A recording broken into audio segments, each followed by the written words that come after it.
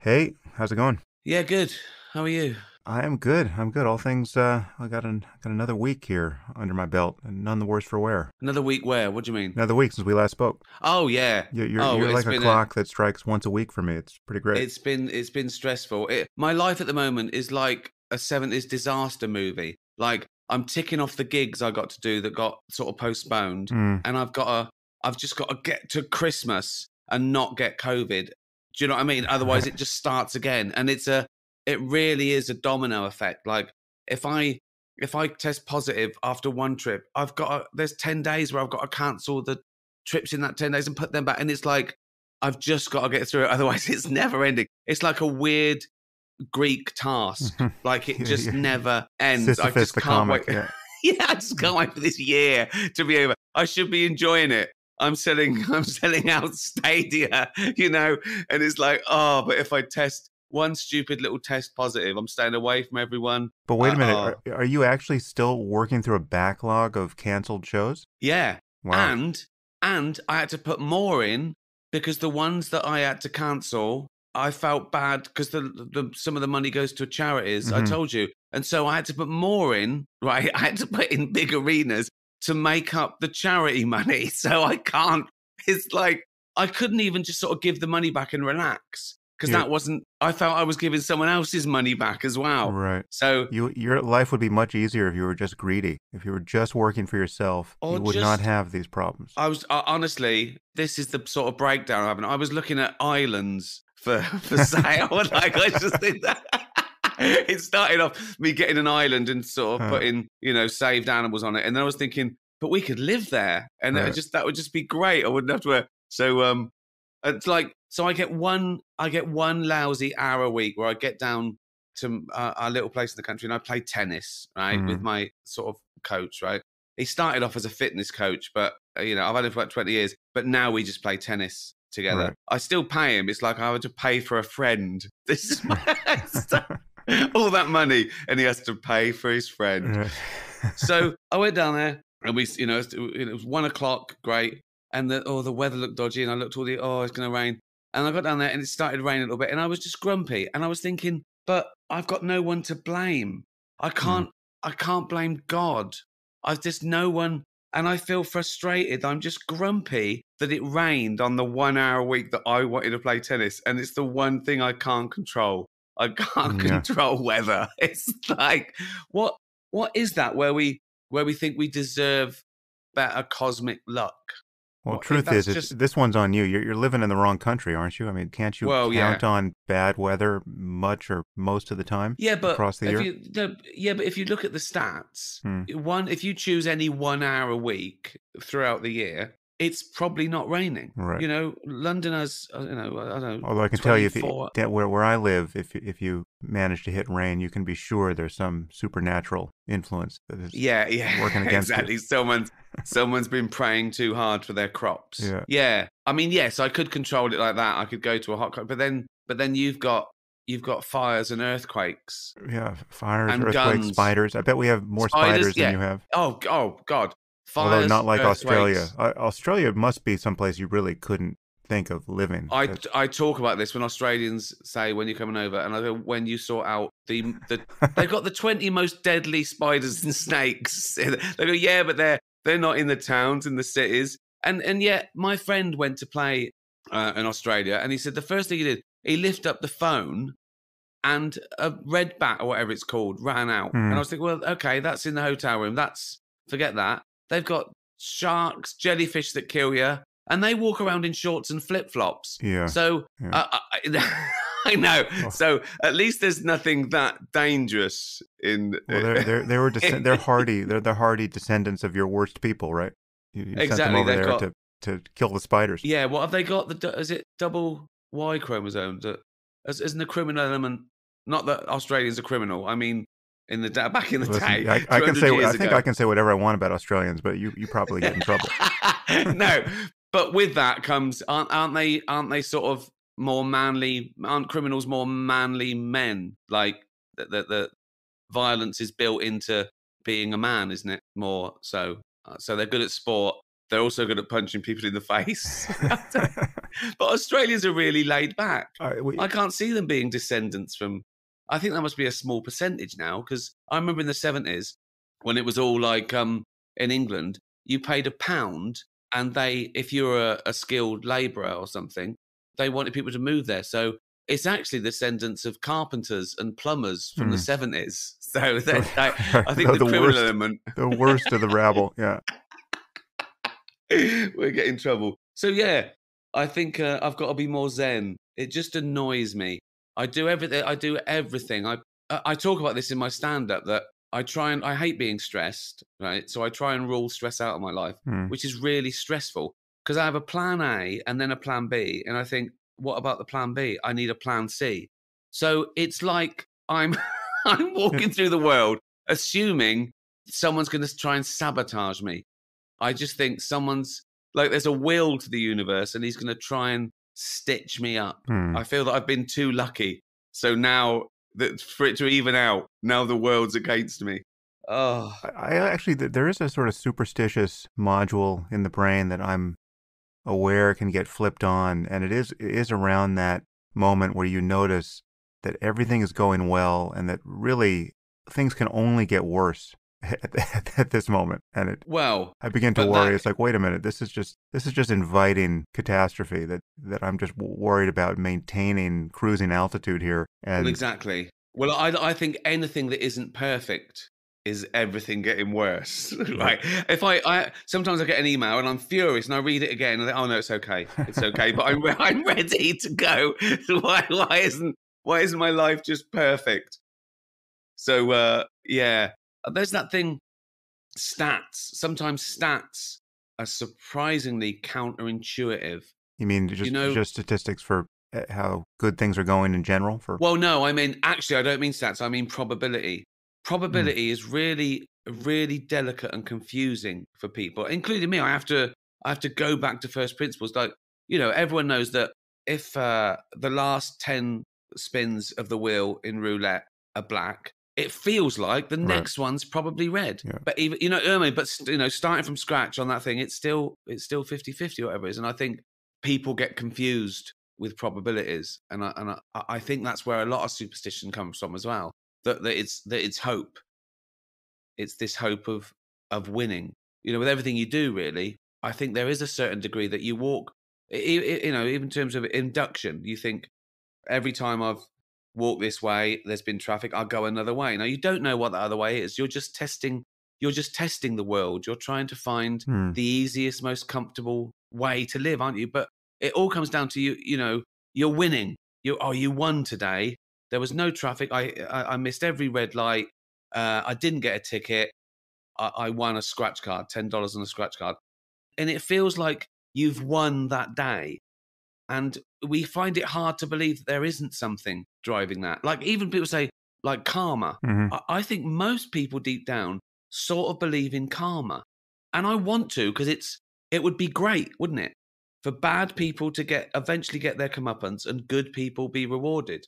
And the only thing that does that is a good law and justice system, really, isn't it? And friends and... I think locally there's some version of karma that makes sense. Obviously, there's not clear evidence of real justice in many cases, but when you think of what a person's life is like when that person is in fact a bad person, superficially you can see somebody seeming to enjoy their evil, but generally speaking, when you're surrounded by people who hate and fear you, you're having a certain kind of life, and it's not the kind of life that good people, ethical people can really envy, right? So there's a causality. I mean, there's an effect in one's immediate environment for behaving badly, for being, for lying to everyone, for being morbidly selfish. And I think you have to turn off your guilt and empathy to do that. That you probably could have a life where, you were winning by being bad and always lying and covering your lies and doing the thing that was best for you and all that. Yeah. But you're right. You have to.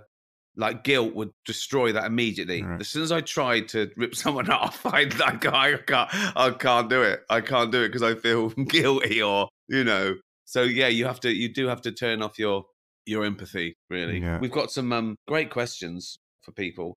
I think the problem is here that they overestimate you as a thinker because some of these aren't even your wheelhouse. Because of the company I keep. Well, I think it is that because I think, right, they thought, well, Rick, he's a smart bloke. He's well educated. He's funny and he's, but he's an idiot when he's talking to Sam Harris. So Sam Harris must be a genius. Right. If anyone's cleverer than Ricky, Right. they must be a genius. And they don't realize that we're both stupid, but we try and keep sort of in our comfort zone. Whereas some of these going outside it, like, what's deja vu? This is from Drew. What's deja vu, and why do we think we've experienced something before? I think I know a little bit about that. Yeah, let's hear it. Well, I think I read once that if you go into a room and you go, oh, I've been here before, what's actually happened is, and it sometimes happens in times of stress, you're getting a memory from your immediate short-term memory. So you see it, then it gives you it back as a memory, but it gives you it back as a long-term memory. So you think you were here a year ago, whereas actually it's giving you a memory from 0.1 seconds ago, and that confuses you. Is that sort of right? Yeah, I don't know that the neurology of it is understood. I mean, you got to imagine what it would take to study deja vu. I mean, unless you could figure out how to provoke it in the lab with, transcranial magnetic stimulation or something, which would require that you either get very, very lucky or you understand the neural correlates of it already based on somebody, showing up at the lab, having a stroke or whatever, and one of their symptoms is now they have deja vu around everything. So I don't actually know if it's been studied formally, because otherwise you'd be waiting around a very long time for someone to spontaneously have a deja vu experience. And even then, it's like someone telling you their dream and you going, oh, I know what that means. And you just can't, because you don't know how accurate that is. They don't know what the meaning is themselves. But at least with dreams, we can be more or less guaranteed that they're going to show up every night for people. And so we can stick them in a magnet. There's a lot more. There's a lot more data. Yeah, there's billions and billions of bits of data every day. Yeah, that's true. But that seems viable, though, doesn't it? That you have a memory that seemed like it was longer ago than 1 second. So it's because it's not real, is it? Deja vu is we know that it is a false memory, don't we? It's not like every time that you have been here before, you were here a couple of years ago. Oh yeah, I forgot. Yeah. Call your travel agent. yeah. No, you've got memory loss. That's your problem. This isn't deja vu. You're losing your mind. Yeah, I do think that there's speaking abstractly, certain experiences get coded as memories and certain don't, right? So if you're just thinking about something, or if you're just, imagining something, that's different than thinking about something, imagining something, and having those internal images or thoughts get coded as something that actually happened in the past. Clearly these things can be miscoded, right? Something can have the signature of a memory where it's in fact a false memory. It's just something you're thinking about. It's a story you've heard from someone else that never happened to you, but now you're thinking that it happened to you. And deja vu is sort of a sensory version of that, where you're seeing something for the first time, but it's striking you as reminiscent of the last time, but there was no last time. But why doesn't that happen more often with something like dreams? You're right, we dream every night. So why don't we sometimes go, like, you think that person's bad because you dreamt they were bad, and then you have to... I've actually had that. Haven't you had that, where there's a residue of an unpleasant association you had with someone based on a dream, and then you're seeing them in life? And I think sometimes, I wonder if that's, my stomach brain that noticed something about them that hasn't got to my... Do you know what I mean? Like I'm suppressing something that... You're wondering whether they really are culpable for who they seem to be in the dream? Like you're worried about this, that it's, your gut feeling, like that they are dodgy, and you've sort of picked up signals subconsciously or whatever, and then it's come out, and you don't believe it. You don't believe your own brain, but your brain's going, Rick, mate, he's a bad one. Yeah, nothing's just a dream. Yeah. He's a murderer. He's a murderer. I know. This question is fantastic from William. It's a bit of a downer, but I like it. William says, because happiness is just a chemical reaction in the brain, nothing matters. it's all rubbish. I That think was he just means a bit of a life. downer. I really like Yeah. that. I really like that in a tweet. Well, first of all, is happiness just a chemical reaction in the brain? Well, I suppose it has to be, doesn't it? It has to be. It Well, has no, to come no. down to that. Everything turns on the word just there. There is no Yes. just. It may, in fact, be a chemical reaction in the brain, but it has this other side to it, which is the life we experience, right? So Yes. it's never just. Right. I mean, it's just as much the experience side as it is the chemical side. If there are two sides, identity is a symmetrical relation. If you say that A equals B, Mm. it's no more B than it is A, right? I mean, it's both No. A and B, and so there's an equivalency here, or at least an apparent equivalency between our minds and a subset of what our brains do. But it really is an equivalency. It's not totally deflationary. It's not like the mind is fake and collapses down to the reality of the brain. But what's No. the definition of mind then above brain? Now, if the brain is a thing, a material thing that does stuff chemically, biologically, whatever, Hmm. and the mind is more, an epiphenomenon, right? What is the mind is what? It is the feeling of consciousness due to all the other stuff, isn't it? Is it like the software to our hardware? Well, it's hard to put Yeah, in. well, I mean, you can say that I mean, I think it's a good analogy. I think it is just an analogy, so it may break apart in places. But Yeah. running with the analogy, software and hardware,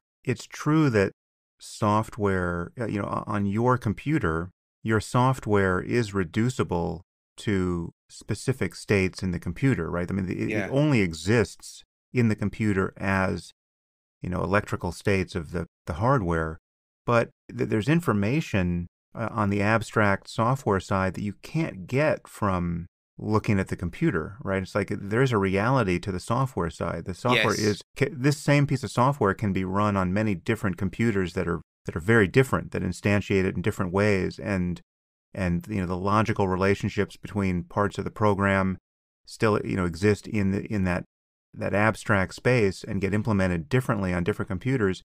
You have to be able to talk about both sides of it. Otherwise, you lose the reality of the software side. If we just had the computers, there would be no way of reclaiming the software. There's just No. there's no, if you have two computers that are running Microsoft Word, but very differently, implementing it in different kinds of substrate, you look at those computers, you're never going to reclaim the reality of a word processing program by studying the electrical states in a computer. Well, I think the big difference between everything a computer can do and a human being is art, isn't it? Is meaning from something else. Like you could like there. I don't think there is a computer yet that could do a heart wrenching poem. I could be wrong. That's gonna. I'm sure that bulwark is going to be breached pretty soon, which is to say that you are going to be confronted by certainly text, a novel written by AI, or a poem written by AI, or a song, probably music. I mean, I haven't really been following this, but I'm sure there's AI created music that's pretty interesting. At a certain point, you're going to get the artistic products of AI, and you will find them indistinguishable from human creativity. I can see it. I can see it with music. Nothing, because you can recreate some, and it's arbitrary what what that is, and I can even see it with art to a certain degree. But have you But heard of poetry, GPT-3? no. It's this. It's essentially a chat bot, but it's got access to more or less everything ever written, and it's trainable. Like it's not quite there yet, but it's far enough along so as to be interesting. We've trained it on a lot of what I've written and said. I think someone on my team took the transcripts of all my podcasts and a bunch of books and just fed it into the algorithm. And if you ask it a question, it gives an answer that is certainly reminiscent of the kind of thing I would say or write, and it's coming out in grammatically correct form, and it's just pretty interesting. I mean, it's weird. Ask it if it would rather be 3 foot tall Yeah, or yeah. I'll, 9 feet I'll, tall. I'll see if it does better than I did. Yeah. Well, that's I'm fascinating. I gonna just do that. can't. I can't imagine. I mean, I suppose it could fake I just think I'm in awe. I think art is, man's greatest and woman's greatest achievement. There's something nearly magical about it, isn't there? There's something, but that's because we're human, I suppose. Show Keats to a chimp, and he's not impressed. He'd rather have the banana. That's right. And so I don't know who to believe. I was thinking, Hold on the one other. second. I'm just Go seeing on. if I can find. Okay, It go. may Yeah, yeah. not No, be go. Carry on. interesting, but I'm just seeing if I can find in my Slack an early prototype of what we were getting. Is this the research you're doing then? Well, it's just no, someone in my oh, it's not there anymore. Someone on my like in my podcasting app world got really interested in this AI and decided to see. I mean, we're toying with the idea of. I mean, it's not quite there yet, but you can marry it to a voice engine, and the voice is pretty close to my voice. I mean, the delivery is slightly unnatural, or more unnatural even than my own delivery, but it's close enough that you can see the day where I'm going to be able to talk to myself on my podcast, where the voice is going to be a fairly convincing deep fake, and the content is going to be perhaps weird, but I wonder not who would argue first, you talking to you or me talking to me? yeah. Right. I think. I think you're going to be Well, harder to yeah, emulate. that is fascinating, though. I mean, that's amazing that it's even we can even dream of it. What? I mean, I think what's fascinating about this is that how far we've come already with AI and what it can do. I mean, just off the charts, what it can do for world problems and everything. But I certainly think that its biggest obstacle would be poetry.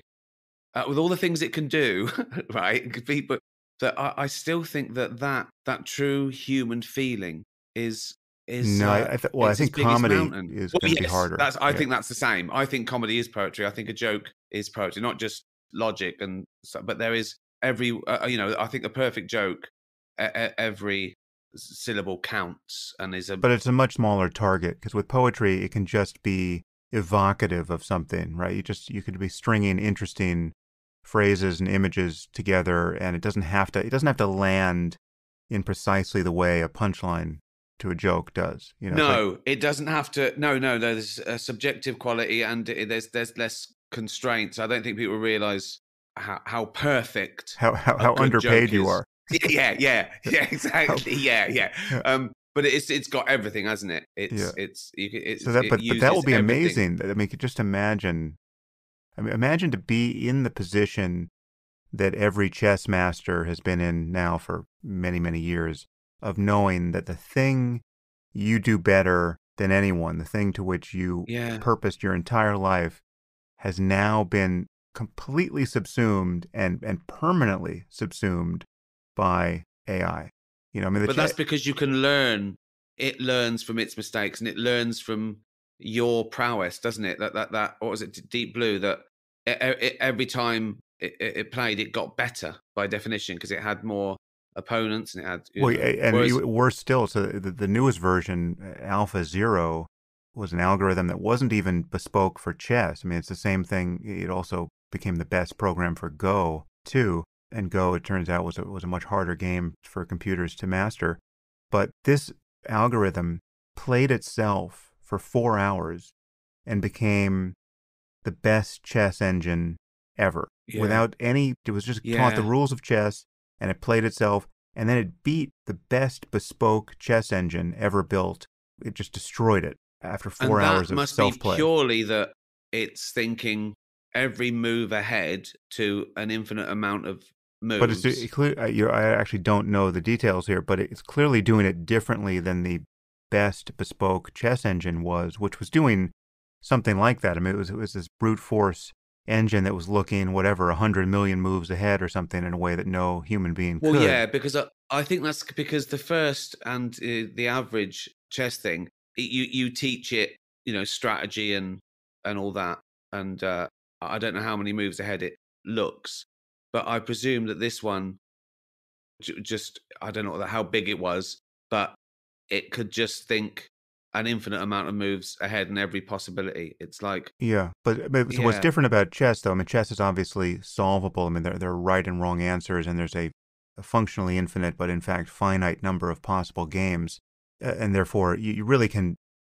if you could look ahead all the way, you can at every point determine what is going to be the possible range of outcomes for every single yeah, move, and then choose accordingly. of course. But so with comedy, obviously, it's not quite like Well, that. But can you comedians just don't even imagine? agree with what's funny and what the rules are, But and and you just can't teach it. imagine. I mean, I think this is totally possible, right? And I don't know what to put the likelihood of it coming at, but it seems totally possible that you could one day be in the position of, a Gary Kasparov who knows with absolute certainty that there's a machine that can be funnier than you can ever be.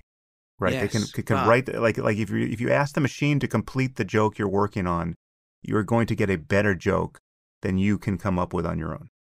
yes, I also know though it's going to be cancelled immediately. Yes, sir. It's so many moves ahead That's right. that it went straight to getting cancelled with Exactly. its Straight to first cancellation. joke. It was the most. Yeah. It was the most. It's It was already that immediate. machine is already canceled. It was already cancelled. It's I canceled thought itself. about yeah when we were talking about I think everyone's thought of this, but when we were talking about time travel the other day, I was thinking that if going back to the past was at all possible, or well, if it was at all possible, then it's already happened. Is that logical, or am I doing a linguistic game there, or are the rules not set out? Because if time travel into the past is possible in the future, Mm. it's already happened, hasn't it?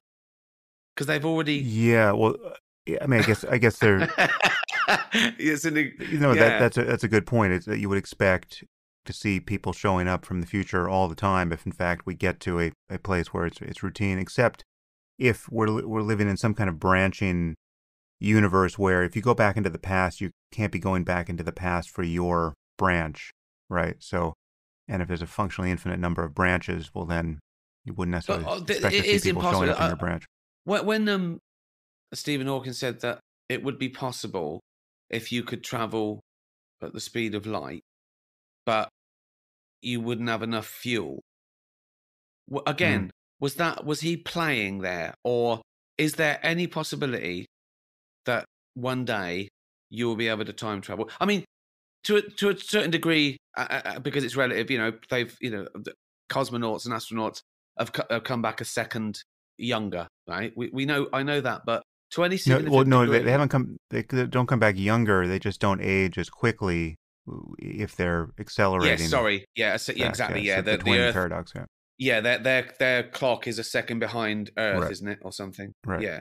Now, I get that, and I know what that means. Actually, I don't know what that means because I can say time is relative, and I could even tell you the theory of relativity, but I don't know what it actually means, in practicality, because it's so small. Because the speed of light is so incredibly, it's unimaginable Mm. that the effects are so infinitesimally small. So it, Well, it the it thing doesn't that's really make sense. super counterintuitive and puts a limit on our aspirations for speed of travel is that a few things are linked here that there's no way to sense in yourself that they would be linked. But for instance, speed and mass are linked, right? So the faster you Yes, go, as you accelerate toward the speed of light, the ship you're infinitely in small and and your infinitely body massive. Yeah. become more and more massive, and it requires more and Mm. more energy to eke out each increment of acceleration, such that at a certain point there's not enough energy in the galaxy to move that ship, right? So you have to be massless. You have to be a photon to be moving at the speed of light, or Is or is the mass? tiniest particle. Yeah. And is mass real? Is mass an actual thing, or is it just is just what an energy does? Is it just what energy does? I could never work out when they talk about Mm. quantum physics whether they believe that Like we believe as mass is a chunk of stuff that weighs something under gravity. But is that literal, or is mass just literally energy? How packed in the energy is and how far away it is? Is there actually a thing called mass?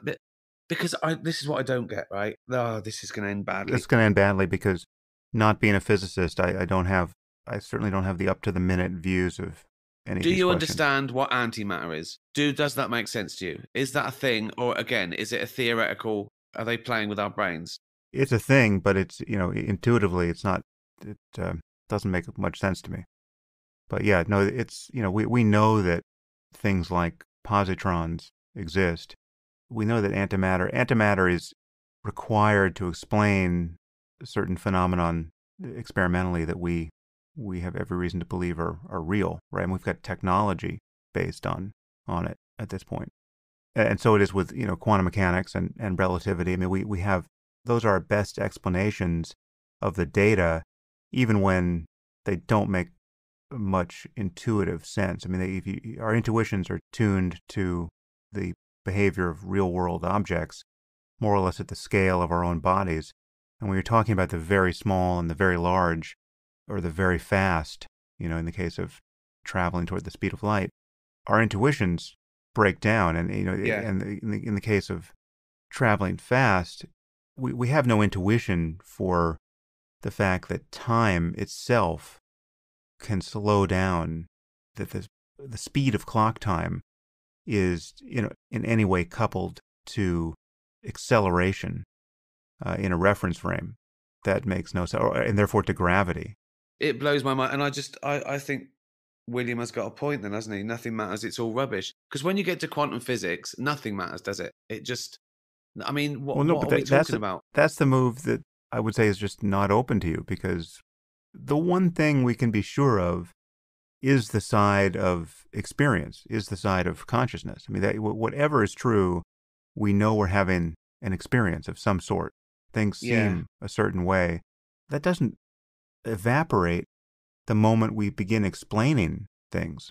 That doesn't get lost. It's not like once you understand that at bottom, love and joy and beauty are, in fact, causally dependent on neurotransmitters and receptors in the brain, that doesn't cancel the reality of love and joy and beauty, right? Or the difference Of between course those not. No, states of and course not. misery, No, right? it's like a concept that exists whether we care what yeah, it doesn't matter And what it is. it's the experience. The experience exists Yes, we're even having it. more. Yeah. You have the Yeah. experience of being conscious, and then you have the experience of learning concepts and being able to play a language game in the midst of being conscious. And then you have the experience of certain of those utterances actually tracking and seeming to represent things that are going on outside of consciousness, like things that are happening It's in brains incredible. and The the elsewhere in the the the fact galaxy. that we can have something in our brain and have an idea, vocalize it, and it goes to the other person's brain, and it comes out in their brain as a concept or an idea. Maybe not the same, but that is like the fact that we can fax ideas to other people Mm. is phenomenal. And you're talking about if we, we know we're experiencing it because we feel it. That was the very first lesson I ever had in philosophy when I got to college. I remember it. We were talking about the Descartes and the meditations and Mm. cogito ergo sum, and my mind was blown already.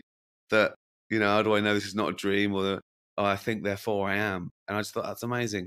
I also then read that he used to lay in bed till midday every day, and I just thought I do that, so I'm a bit like a genius. You are following in the footsteps of greatness. Exactly. I've done, I'm ticking all the You, boxes. Oh, you have the method well in hand. exactly. Yeah. It's I've already when people say about what would I like to have been, I joke. I say a heavyweight boxer. I made the weight. I just didn't have all the skills. I didn't have all those punching I wonder skills. how irate Descartes got when he showed up for his tennis lesson and it was raining. I think philosophers were angry. They that I look back and I just think they were as smart as they could be for the day, but I bet they were. I bet they were spoiled. I bet they were all spoiled, being sat around, being paid to think. I Or mean, not get paid. a job. The ones who were not paid were really angry. Yeah, exactly. There's still part of me that goes, get a job. Hmm. I think, why was Newton sitting under a tree on a weekday? Get a That's right. job. Yeah. Newton. Well, you must know. I mean, Newton was famously unpleasant. I mean, what a Was he? bastard. Yeah. Oh, God. Really? He really seemed to have been an awful human being. Well, I think people get to the point, the state of being a genius, and they think, well, this is the most important thing about me. So I can lose all the other shit, the etiquette, the being nice, the Yeah, but being kind. he was running the mint at one point and eagerly having people hanged for counterfeiting and just really, but I think took real pleasure in that part of the role. It seemed I haven't read that much about him, but everything I've read, it seemed that no one had a good word to say about who he was as a person. I mean, Well, just this is typical, isn't it, of someone from LA, our greatest hero. You're trying to get him cancelled. besmirching your greatest intellectual hero. Yeah. I think he was voted. There was a poll of, and it was stuff like Newton, Churchill, Isambard Kingdom Brew now, and you've taken one out straight away. Well, no. I think it is virtually uncontroversial. If you're going to talk about the most shocking use of human intellect, I mean, certainly scientific and mathematical intellect in human history, it has to be the 18 months or so that Newton spent avoiding the plague in a garret. I mean, he went into isolation for 18 months and came out. I mean, I think he was about 22 or so. And he came out having invented whole fields of physics and the calculus. I mean, he invented calculus, he invented optics, he did like 200 years of work in 18 months alone. Yeah. Yeah. But in this pandemic, we came up with this podcast. So no one can take that from us. we definitely win. We will live we could live 1,000 years and no one could gainsay that. Well, yeah, that because claim. gravity was always there. It was. It goes, oh, there's gravity. We go, yeah, we know. We're not floating around. He went, yeah, but it sucks you down to the yeah. And we were doing other things all the while. We were not just stuck in a garret. Get back in your house, Newton. We knew about gravity. It was evident. You bore. Good. Well, we sorted out all that. Brilliant. We are a couple of geniuses. Oh. We really are brilliant. I think this should be the trailer. Yeah. May it be so.